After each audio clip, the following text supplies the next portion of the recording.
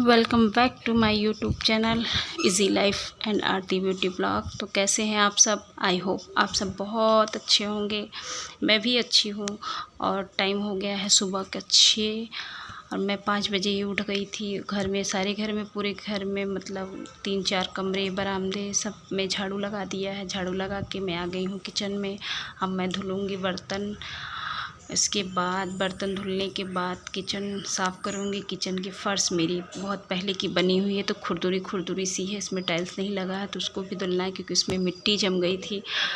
तो बर्तन धुलना, गैस पोंछना ये सुबह का पहला दूसरा काम होता है और इसी से घर क्लीन दिखता है, किचन साफ़ रहता है तो काम करने में मन भी लगता है। मैं ही क्या, सभी महिलाएं सुबह उठकर यही सब काम करती हैं। सुबह मॉर्निंग रूटीन में सबको गैस साफ़ करना, बर्तन धुलना। बहुत लोग रात में ही बर्तन धुल लेते हैं लेकिन मुझे लेट हो जाता है। मैं रात में कभी कभार बर्तन धुलती हूँ। मैं रात में बर्तन नहीं धुल पाती हूँ क्योंकि दिन भर पार्लर से आके वहाँ की थकान, वहाँ से थक कर आती हूँ।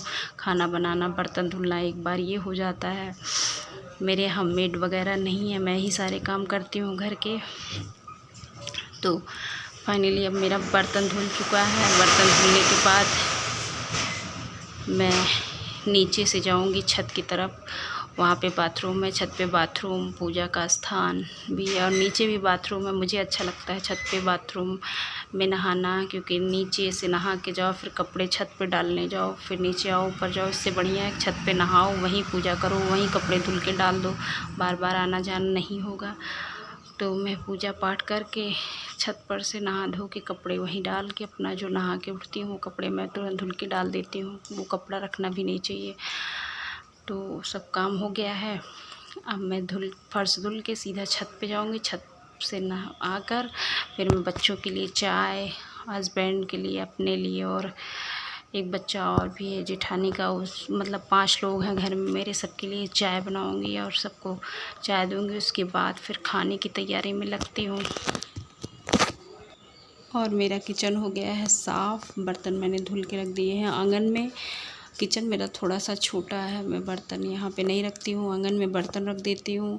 और मैं किचन के फर्श की अच्छे से सफाई कर रही हूँ।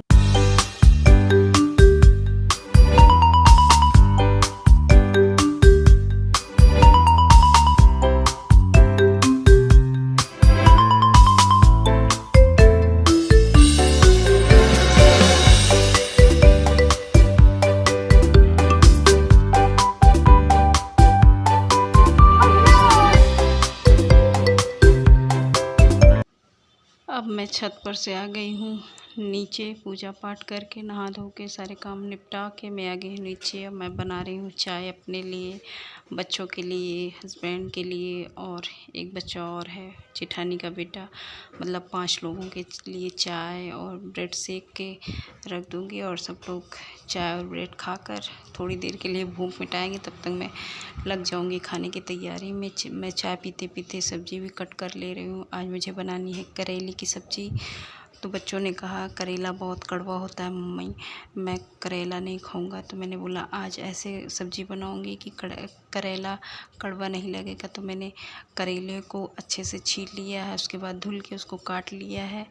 काट करके उसमें नमक मिला दिया, नमक मिला के उसको रख दिया। अब धीरे धीरे उसका कड़वापन निकलता रहेगा। और मैंने कढ़ाई चढ़ा दी है और एक तरफ मैंने दाल चढ़ा दिया, उसमें हल्दी नमक डाल के कुकर को बंद कर दिया है।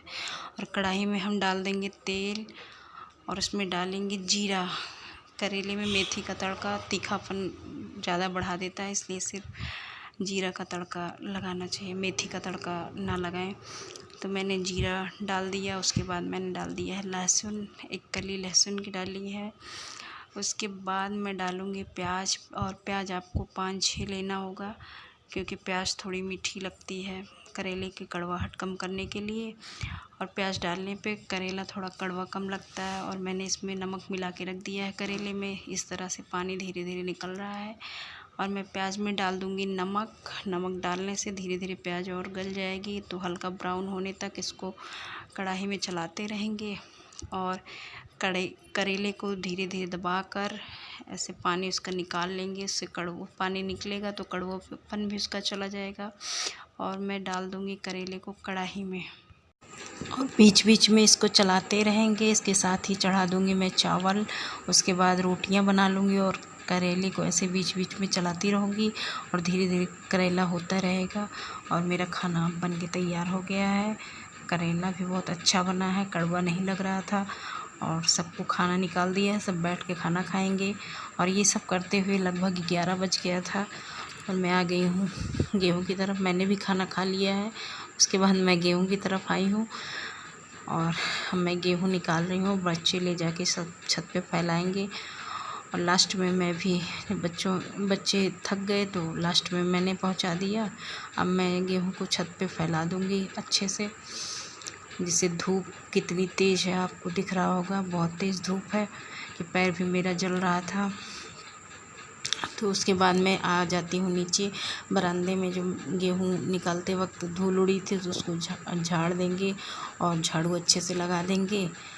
और देखिए धूप कितनी तेज़ है, अभी 12 भी नहीं बजा है लेकिन धूप बहुत तेज़ हो गई है। गर्मी का मौसम है, पसीना पसीना हो गया है, सब बच्चे भी हो गए हैं।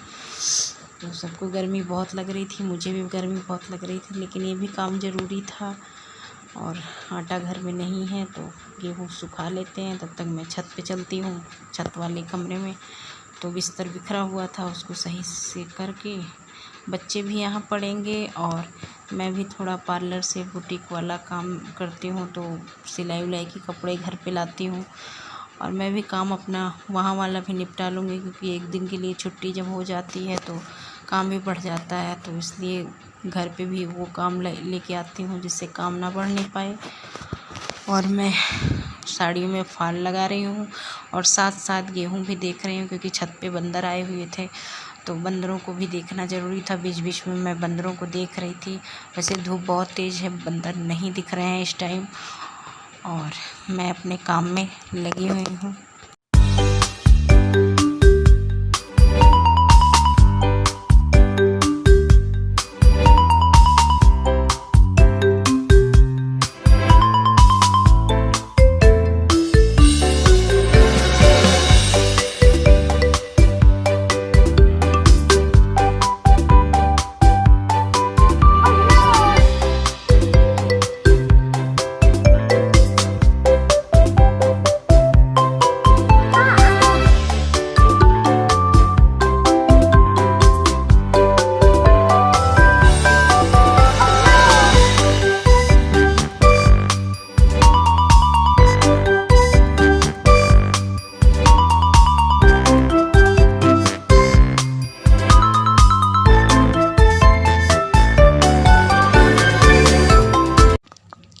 फाइनली साड़ियों में फॉल लगने वाला है।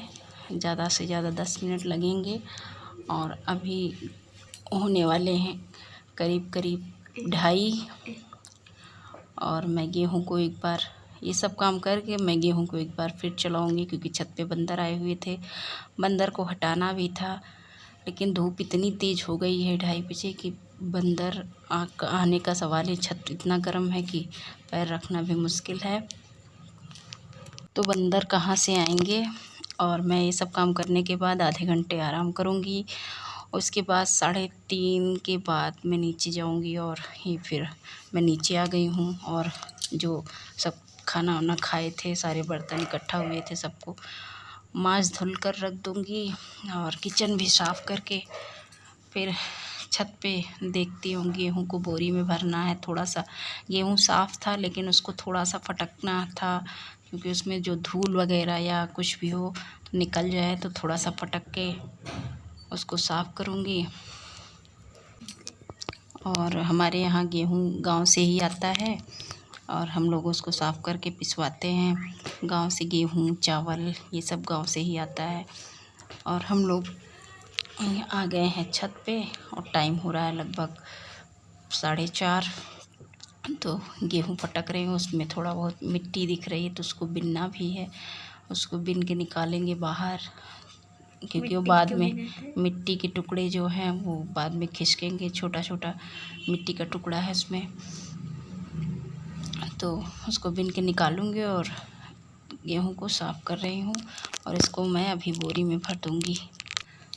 बोरी में भर के इसी टाइम पिसवाने भेजना है, क्योंकि शाम का आटा नहीं है तो रोटी कैसे बनेगी। चक्की पास में ही है तो तुरंत जाते हैं आटा गेहूँ लेकर और आटा पिसवा के लेकर आते हैं।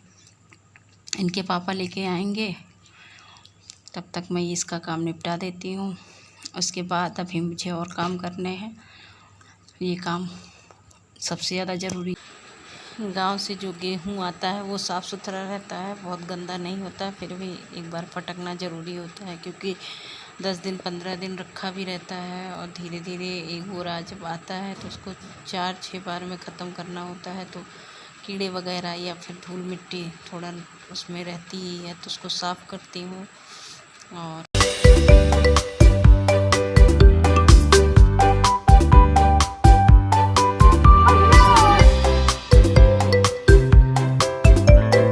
गेहूँ साफ़ हो गया है, इसको मैंने भर दिया है बोरी में। और मेरा बेटा झाड़ू लगा रहा है, मैं उसके साथ अब वो झाड़ू कंप्लीट करवा लेती हूँ, क्योंकि छोटा है तो थक गया होगा। अब मैं झाड़ू लगा रही हूँ और सारा कचरा भर दूँगी, क्योंकि मैं छत पे झाड़ू नहीं लगा पाती हूँ। मुझे हफ्ते लग जाते हैं, क्योंकि इतना सारा काम। उसके बाद 10 बजे से निकल जाओ, रात में 6 बजे 7 बजे या 8 बजे आओ पार्लर से लौट कर। और पार्लर के साथ बुटीक का भी काम घर पे लाना पड़ता है, तो घर के कामों को मैनेज करते हुए बुटीक का भी काम रहता है। कभी ब्लाउज सिलना हुआ, कभी सूट सिलना हुआ, कभी साड़ी में फॉल लगाना हुआ, ये सब काम रहता है। तो जो वहाँ नहीं हो पाता है तो मैं घर पे लेके आती हूँ, और यही सब काम रहता है। और मैं आ गई हूँ कपड़ा धुलने, और टाइम हो रहा है 7 साढ़े 6 लगभग। मैं घड़ी नहीं देख रही हूँ, लेकिन अंधेरा होने वाला है। और मैं कपड़े धुल रही हूँ। बेटा मेरा उसको साफ़ पानी से धो रहा है। एक पानी वो धुलेगा, उसके बाद 1-2 पानी मैं धुल के साफ़ कर लूँगी। इसके बाद कपड़े फैला के हम लोग नीचे उतर जाएंगे। मैंने कपड़ा धुल के डाल दिया है। आज था संडे, तो बच्चों के ड्रेस वगैरह भी थे और डेली यूज के कपड़े भी थे। मेरे भी कपड़े थे, बच्चों के ड्रेस थे और डेली यूज के कपड़े थे। सब धुल के मैं अब नीचे जाऊंगी। बज गया है 7, हो गया है अंधेरा, तो मुझे खाना भी बनाना है।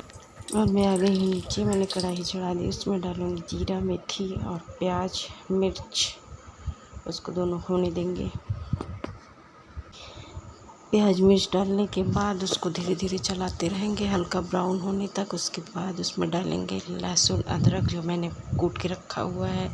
लहसुन अदरक डालने के बाद उसमें डालेंगे टमाटर डालने के बाद उसमें डालेंगे मसाले और उसके बाद नमक। उसमें थोड़ा सा पानी, जिसमें मैंने लहसुन और अदरक कूटा था उसी में पानी रखी हूँ, उसको भी डाल दूँगी। तो लहसुन अदरक जो है वेस्ट नहीं जाएगा, वो भी सब्जियों में ऐड हो जाएगा।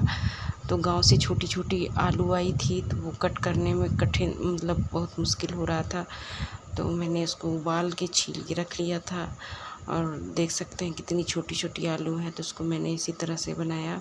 तो 1.5 चम्मच ये है गरम सब्जी मसाला और आधे चम्मच गरम मसाला। इन सबको मैंने टमाटर में ऐड कर दिया है। थोड़ा सा वही पानी डालकर उसको ढक दूँगी, जिससे टमाटर गल जाए अच्छे से। और मैं इसको तब तक के लिए ढक देती हूँ नमक डालकर। तो तब तक मैं आलू जो छोटी छोटी है उसको हाथ से धीरे धीरे मैं फोड़ लूँगी। तब तक ये टमाटर और मसाले साथ साथ गल रहे हैं, और तब तक ये दूसरा काम भी हो रहा है। आलू देख रहे हैं कितनी छोटी छोटी है, गांव से आई हुई है, तो फेंकने से बढ़िया उबाल के खाना बना लो। सब्जी में उबाल आएगा, जब खूब अच्छे से उबाल आएगा 10 मिनट के बाद मैं इसमें आलू डाल दूँगी। तो ये देख रहे हैं कितनी अच्छी उबाल आ रही है, और पानी भी गाढ़ा हो गया है, और मैंने इसमें आलू ऐड कर दिया है। अब बन जाएगी हमारी सब्जी और मैं बनाऊंगी रोटियां। लेकिन अभी आटा नहीं आया है, तब तक इंतज़ार करती हूँ आटा आने का। और 10 मिनट हो गए हैं और सब्जी हो गई है तैयार। और इस गैस को करते हैं बंद। सब्जी होने तक आटा भी आ गया था, पास में चक्की थी, और मैंने बना ली है पराठा। और पराठा बनाने के बाद सबको दे देंगे। सब लोग खाना खाने बैठे हैं। तो आपको वीडियो कैसा लगा? अगर अच्छा लगा हो तो मेरे चैनल को सब्सक्राइब करिए और वीडियो को लाइक करिए। अगर हो सके तो शेयर करिए। तो वीडियो देखने के लिए thank you, thank you, thank you. और मिलते हैं नेक्स्ट ब्लॉग में, तब तक के लिए बाय बाय।